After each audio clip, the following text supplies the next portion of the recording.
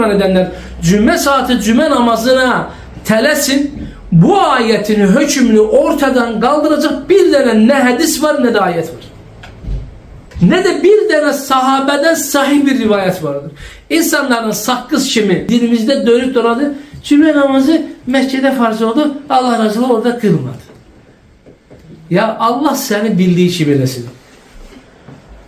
Ya senin Mekke dönemindeki gibi İslam mı yaşıyorsun? Ha? Sen velev kâne senin dediğin gibi siyerden o delili alır. Ya sen Mekke dönemindeki bir din mi yaşıyorsun? Ha? Allah Resulü'nün ve sahabenin o ayet senin dediğin gibi emrettiği zamandaki Medine'de kılmağa ki Resulullah sallallahu aleyhi ve sellem daha Medine'ye hicret eləmemişti. O ayeti Allah Resulü yani özü yaşayabilmedi. Çünkü Allah Resulü 200 Müslümanla bir araya belə gələ bilmirdi. Bütün sahabeler Medine'ye hicret elədilər.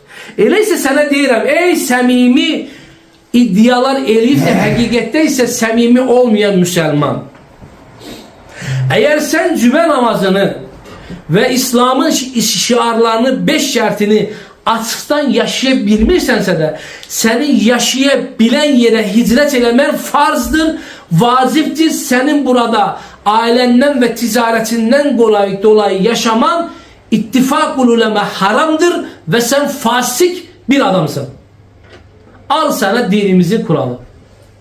Yaşayabilmişsen yaşadığın yere git. Cümel kılabilmişsen cümel kılacağın yere git. 5 vakit namazı kılabilmişsen kılacağın bir yere git. Allah Resulü ve sahabesi Mekke'de dinlerini yaşayabilmediler. Medine'ye hicret ettiler. İmkan vermediler ki İslamlarını yaşasınlar. Əziyyət elədilər dinlerinden dolayı. Sen de bu günah açıktan dinini yaşayabilirsen mi? Çok güzel. Allah sana kömək olsun. Ben yaşayıram, hamd olsun. Allah hamd olsun.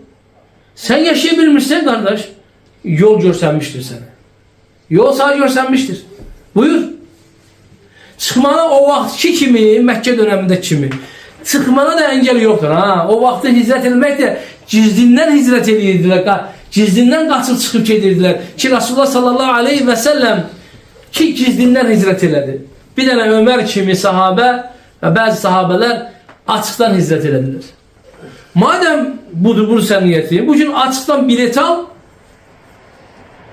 İranlılar demişler, reddol çık git. Yani istediğin yere var çık git.